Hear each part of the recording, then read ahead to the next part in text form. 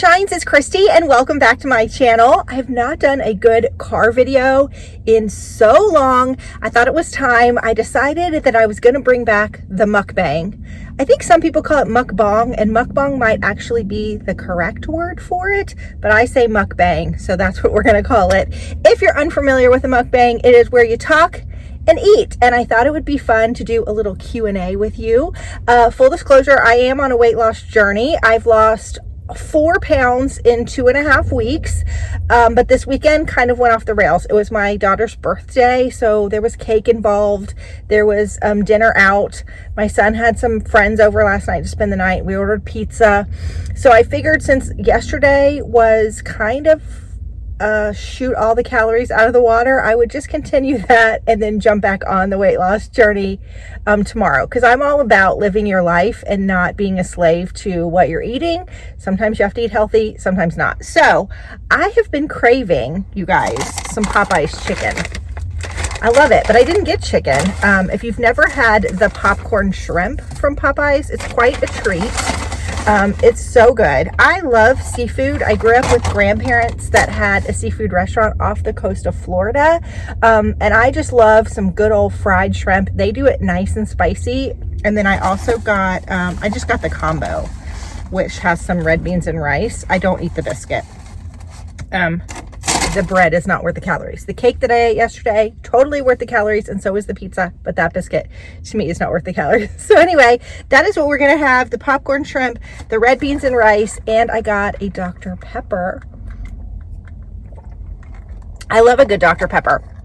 So I asked over on Instagram and I asked on my community tab here on YouTube what you guys wanted to know. And I have to say, I hesitate doing these Q&A type videos because I've done probably 9 over the past 4 years, and I get asked the same questions over and over and over again. And it kind of just makes me not want to do them. But you guys came through with questions that I've never been asked before. So thank you for that. And so we're just going to go ahead and dive in, and we're going to see what we have. I'm going to hand sanitize my hands. This is from the Bath Bevy box. It was their Spooked hand sanitizer spray. So we're going to use that. I love the Bath Bevy box. So good. I'm out of my Grove Collaborative. It's empty. I've got to go put it in my empties container. That smells really good. And look, you guys, I really do use, if you see something floating on the side, this was from my Wicked Bayou candle box. She always does car fresheners. Every person that gets in my car, I drove one of my son's friends. We went and picked him up last night so he could come sleep over. My daughter got in the car. Everybody that gets in the car is like, these smell so good. I love that box. So if you see something hanging, it's just my little car freshener here. All right, so let's have a bite of shrimp. This is what they look like.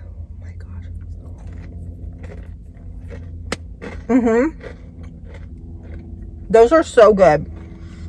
We don't have a Popeyes near us. It's about 20 minutes away. So after I'm done with this video, I discovered a new Dollar Tree last month, and I had some pretty good luck with it. So I'm going to go over there. Just FYI, I've already said mukbangs are where you talk and eat. So if you don't like when people are talking and eating at the same time, this video might not be for you. I do about, 35 videos a month. So I'm sure there's going to be another video that you are going to like equally. All right.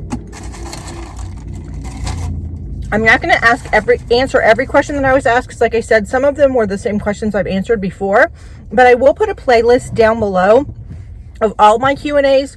So if you're interested, you can go back and check them out. So the first question I got was, if you could only get, this is a loaded question, you guys, and I get this a lot. If you could only get 1 subscription box a month, what would it be? That's really, really hard, but it probably would be a clothing box, and it would probably be either Trunk Club or Trendsend. It's hard to pick, though. It would be hard to pick one. Even before I did YouTube, I got probably 5 or 6 subscription boxes. So I've always kind of loved subscription boxes. I don't see myself ever only getting 1 subscription box, even if I didn't do it for YouTube. But probably if I had to pick one, it would either be Trendsend or Trunk Club. Probably Trunk Club. What's your Starbucks order? I love this question. I've never had it before. I love a good chai latte. I like them iced. I like them hot. I like them in a car. In a boat with a goat, I love a good chai latte. It is almost iced chai latte season. But again, weight loss journey, so I won't be having them very often because they are a little bit higher in calories. I'm hoping to get to my goal weight by my birthday, which is in June. So we'll see, and then I can enjoy the rest of the summer with my chai lattes. Okay, this is another one I've never received before. What is your favorite alcoholic drink? I gotta say, I grew up Southern Baptist, where you do not drink, okay? And so one side of my family was very much that way. The other side of my family that owned the seafood restaurant, I mean, obviously had a bar in their restaurant, served alcohol, were good time people. So I never really grew up drinking alcohol until I kind of moved out. And even then, I gotta say, I've never really enjoyed it. I don't like beer. I don't like wine. When I married my husband, he loves very dry red wine. And so when we would go out to dinner, I'd always say, well, let me have a sip of your wine, because I wanted to enjoy something that he enjoyed. I could never develop the taste for it. I do once or twice a year. I will every once in a while say to my husband, you know what? I want to go sit on a patio outside somewhere and have some chips and salsa or some appetizers and have a margarita. So I love a good margarita with extra salt. A Cosmo or some kind of fruity martini. I love a White Russian or a mudslide. Mostly sweeter drinks. When I went to the club, which honestly, you guys, I was not that girl either. I did not enjoy going to the club, but occasionally my friends would drag me there. It would be like vodka cranberry. So it usually involves some kind of fruit drink or something sweet to go with it. Okay. Wow, this is a loaded question. I don't think they meant it to be that way. The way I answer it could be a little damaging. So I'm going to be careful how I answer this. What is your least favorite thing about being a YouTuber? I think a lot of people would say negativity. That doesn't bother me, because a lot of times if I get negativity, it's from somebody I've never seen before in the comments. They're coming, dropping a comment, trying to get a rise out of somebody and then leaving. So typically now my skin's thick enough where I just delete and move on. Sometimes I block and move on depending on the comments. The things that bother me is when I've got a subscriber or a viewer that comments all the time for years and years, and then all of a sudden, in the blink of an eye, I'll get like one or two like nasty comments from them, and I'm like, where did that come from? Like, you don't even know, because you don't think you did anything wrong or said anything wrong, but all of a sudden they've like had pent up anger that they just release on you. I don't love that. I also don't love, because I'm a positive channel and I market myself as a positive channel, I'm just a naturally positive person. When I am honest and my honesty is not positive, like this shirt does not make me look good, or I don't like this color, or I don't think this palette performed, sometimes I'll get pushback and say, well, you're supposed to be a positive channel. Why would you say that? And I think there's definitely a difference between being honest and being negative. So sometimes I feel like I'm super hesitant to even go what anybody would perceive as negative, because I'll get feedback from it in the comments. And I have to sort of get over that, because I want you guys to always trust me and know that I'm giving you a fair and honest review. So that's a little bit hard. I guess those are my two major things. I do think there's a little bit behind the scenes in the unboxing world. Unboxing is a hard niche on YouTube. You have to put out a lot of videos, and think about it. Once you've seen a BoxyCharm, are you going to watch 17 other YouTubers do a BoxyCharm, where you may watch 17 other videos in a month where people do vlogs? So once you've seen the box, chances are you're not going to get that view if they've seen it from another channel. And also, there's not a lot of sponsorships and things for those types of videos, so earning money as an unboxing channel is really, really difficult too. So I think those are just some of the kind of surface level things that are a little bit harder. What is the best place to visit in Georgia? Oh, that's a good one too. You guys really honestly came through with the good questions. I think Atlanta is a wonderful city. There's so much to do. There's great food. We have a good children's museum if you have a family. It's small, but it's done well. The aquarium is incredible. If you've not ever been to the Georgia Aquarium, it is beyond and wonderful. It's gorgeous. Lots of things to do in Atlanta. My favorite place in Georgia is probably Savannah. I've said this before. Savannah it's just the whole package. It's beautiful architecture. It's rich history. It's amazing food. They have a river walk area. I don't think they call it the river walk, but anyway, with lots of like shops. If you want a quiet, romantic weekend, it's a great place for that. If you have kids, it's a great place for that. If you want a little cheesy touristy, you can get a little bit of that there. Take the trolley tour. You will learn so much. There's also a really fun town that's a little bit more cheesy touristy if you like that, or family friendly, called Helen, and it's more like a Bavarian town. So there's lots of like Swiss Alp type architecture and fun food and, you know, mining for gold. It's in the mountains and putt-putt and things like that. But you can also go tubing. Great little family place. But there's lots of cottages and stuff if you just want to go for like a fun weekend. Georgia's a great place. I've lived in Florida, which I love, but I will never probably live there again. I lived in Tennessee, would totally live in Tennessee again. I've lived in Louisiana. I loved my time there, but probably wouldn't move back. And then Georgia's probably my absolute favorite place I've ever lived. It's great because it stays warm most of the year. I like warm weather. And it's really close to everything. We have this great international airport. When we can travel, we can kind of get wherever we want. Okay, I gotta eat some more. Hold on. I know shrimp is not a lot of people's favorites, or it's kind of probably 50-50. Do you like shrimp? Do you eat seafood? My husband's allergic, so I don't bring it home a lot. However, when we go out, typically that's what I'll get. How much time does it take to edit your videos?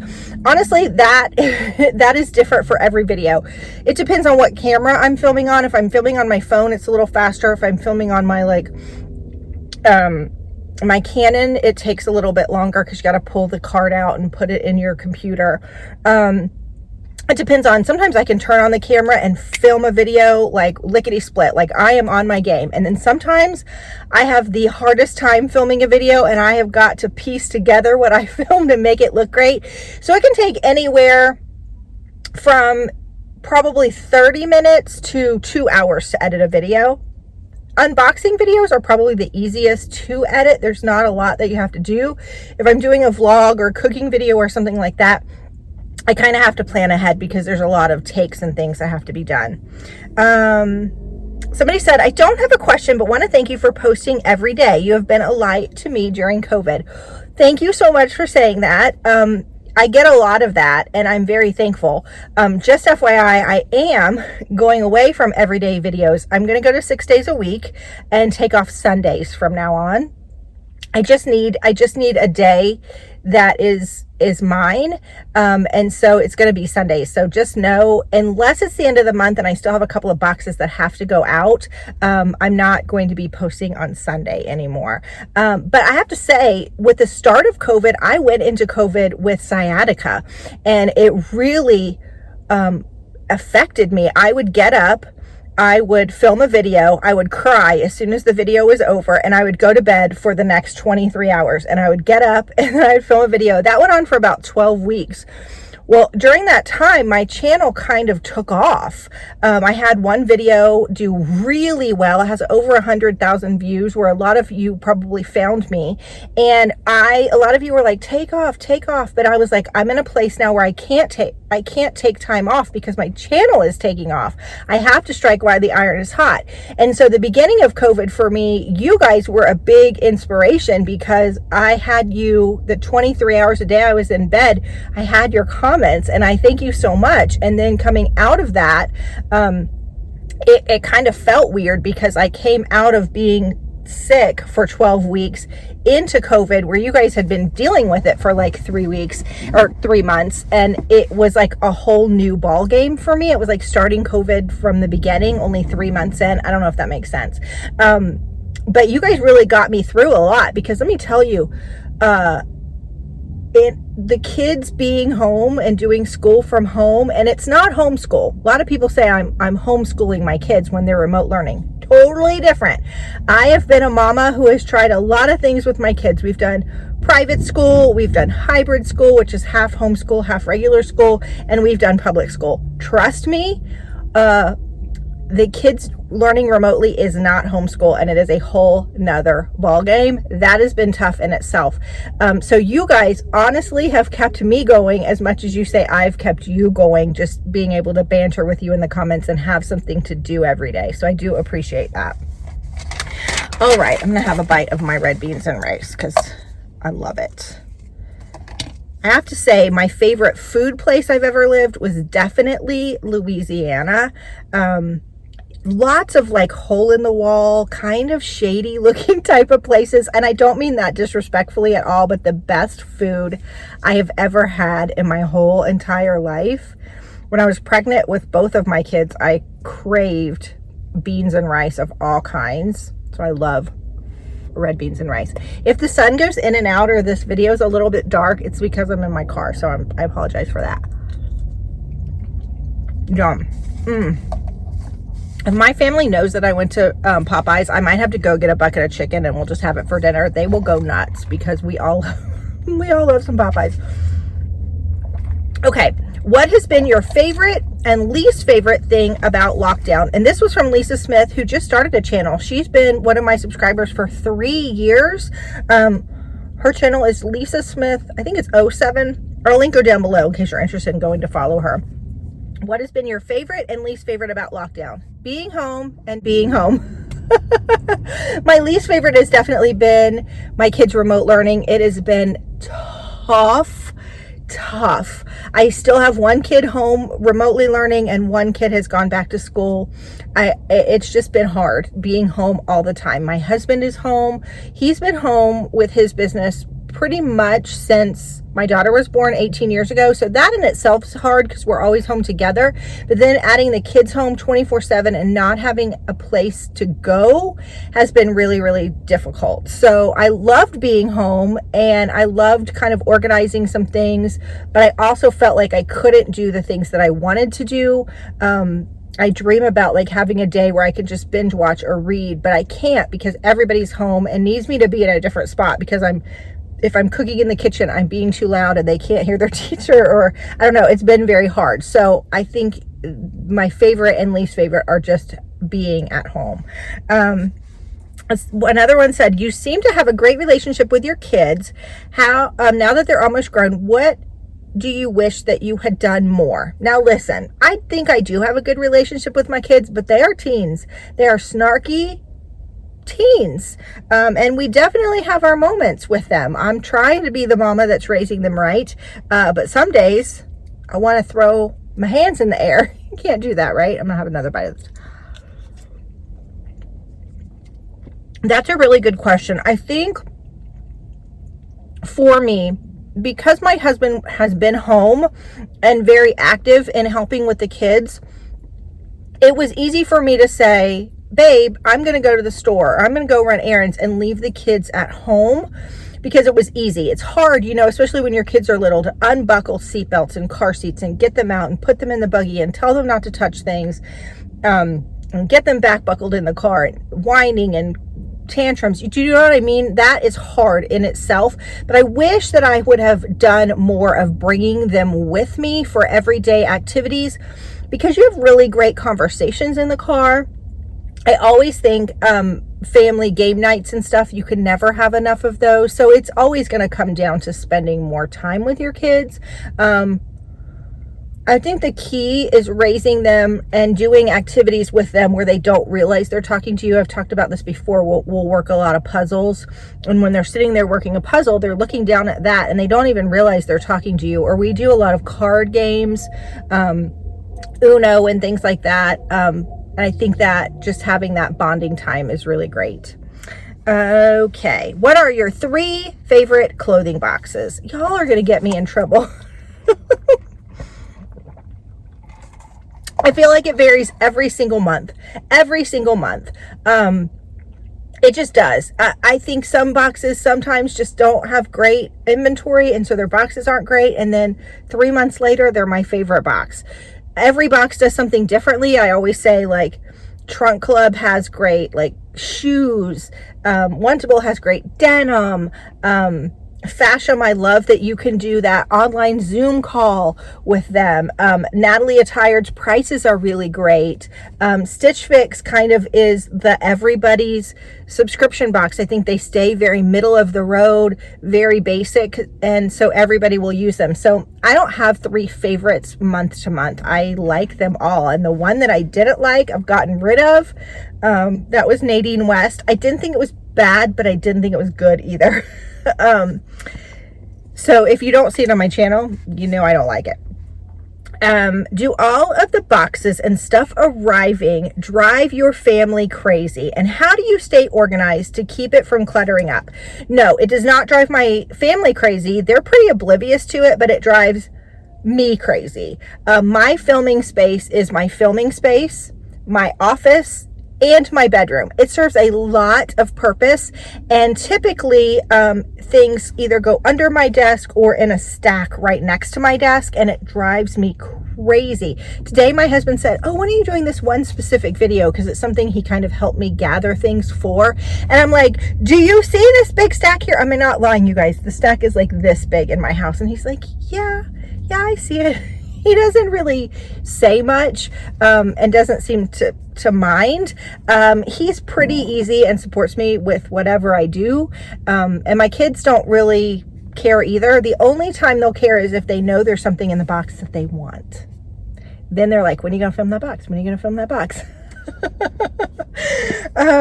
Best habits of 2021. Y'all, 2021 for me has been tough. And I'm not saying it's relative. I'm not saying that anybody has cancer or is dying. We're not dealing with any of that. I'm just talking about from day-to-day life, okay? So take the expectation down and understand where I'm coming from. 2021 has been tough. I thought by now both of my kids would be at school.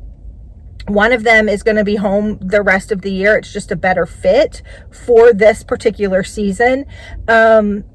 And I can't seem to get it together.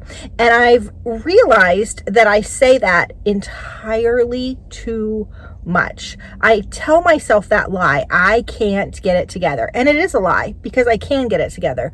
The reason why I say that is because, you know what? I'm going to turn on the air because it's getting real hot in this car. Hold on. I feel like I'm sweating. Okay. So if you hear the air, I apologize. It's a lie that I tell myself because the things that I want to do, I make time for. It's the things that, like, I need to clean out my closet or I need to clean out this drawer that take me months and months and months to do. Sorry, I have you propped up on a bottle and you just slid down.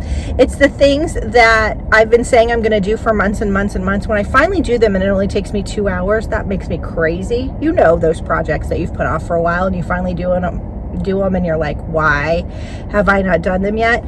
That is my problem. And so I really have a goal to make this particular platform my full-time job this year, and I'm kind of shooting myself in the foot by not getting done what I need to get done. So to be honest with you, I don't have a lot of good habits in 2021, and I'm looking for a pacing partner. I need somebody who is doing the same thing that I am doing, maybe not as an unboxer. I feel like I had a pacing partner, and then when I took off and they kind of didn't, it kind of messed up a little bit of that relationship that hasn't ever kind of resolved. I think there's just some underlying issues there. And so I need to find a pacing partner, somebody who is doing the same thing that I do that can help me maybe go on a retreat where we go to the beach for a couple of days and then a couple of days really work on our businesses, tear each other's channels apart in a good way to make them better. And so that's what I'm looking for now. I think that would help me if I had somebody like that. So we'll see if I can find that person. What is my favorite book? My absolute favorite book in the whole wide world I found when I was in high school, and it is by Corrie ten Boom, and it's called Tramp for the Lord. It is a Christian book. However, if you're not, you don't have the same beliefs as I do, this book is still amazing. The underlying tone through a lot of it is forgiveness, and I feel like whether you believe the same things I do or not, everybody needs forgiveness in their lives, and there are things that we might have in our past that have hurt us, and I think this book really will help you get through some of that. She went to jail with her not to jail, to German concentration camp because she and her family were hiding Jews within their home. She never saw some of her family again, her dad and I believe her brother, and I read this book once a year, and she ended up going to the concentration camp with her sister, and years later she actually saw in the audience one of the most horrible guards from that concentration camp, and she really tells the story of how she had to forgive this person in order to let it go. So if you're dealing with any of those relationships of past trauma or past issues, I highly recommend this book. It's so good. But it's by Corrie ten Boom. It's called Tramp for the Lord. I think there's 2 more questions. I got to get another shrimp. I feel like it's getting cold. I was gonna sing a song, but then I realized it wasn't a very nice song. It's getting hot in here. And then I realized the next line wasn't very nice. Okay. If you could go anywhere in the world safely, where would you go? Hawaii. I've been in Hawaii twice. I don't know why, but my heart is yearning to go back to Hawaii. Hawaii is like no other place I've ever been, and I grew up in Florida, so that's saying something. I was talking to my husband about this the other day, and he's like, we've been twice. You want to go to Hawaii? Let's go, blah, blah, blah, blah. And I'm like, okay, let's go there. But I want to go back to Hawaii. And then the last one is, what will be popular this spring, not only in fashion, but decorating? I haven't looked at a lot of the upcoming fashions for spring. What I'm seeing is we're going to see a lot of tie-dye again this year. But there's going to be some edginess to the tops, which I love. A lot of cutouts, like that shirt that I got from Fashion the other day. I told you that I've heard a lot of people call it the vaccine top, where it's split here, so you can just like pull the shirt down and get the shot. That's not where it came from, but that's what people are calling it. Anything with cutouts or a little bit edgy, I think are going to be popular fashion-wise. In home decor, what I'm seeing are dark walls, like a black accent wall, or like a dark gray. I think Sherwin-Williams peppercorn is really hot right now. Gray is going to stay. I think there are a lot of people that have shiplapped their home. I love that look. I never did it, but I think because a lot of people committed to it, we're still going to see some farmhouse, but it's going to move into more modern. And I also think there's going to be a little bit of industrial mixed in, a lot of black metals mixed in. Big, huge, gorgeous statement lighting, I think is going to be big. That's what I'm seeing in a lot of the magazines. Wallpaper. I'm seeing a lot of wallpaper, and I gotta say, I'm not a fan. I like it in other places, but every place I've ever had wallpaper and then you go to take it down, it is a nightmare. Now they make some that like kind of peels and sticks on. It's more like a sticker, but I'm trying to get the wallpaper out of my house. I don't want it back in. So I think those. Is there anything else I'm seeing? Oh, geometric or interesting shaped coffee tables, furniture, more statement pieces. I think you're going to go either that way or you're going to go more modern farmhouse. I don't even want to call it farmhouse. I'm not sure. It's not really French country, but I think it's going to be that bright white gray with pops of black architecture. And also what I'm seeing a lot of, and you do see this in the magazines a lot, but what I'm noticing more and more is live plants are coming back into the home in a big way, which makes sense. We haven't been outside for a year, so we're trying to bring the outside in. So live plants are big. All right, so I think that's all the questions I have. If I didn't answer your question, again, it's just because I've answered them before in other videos, and so I've tried to go through and answer some of those individually to those people.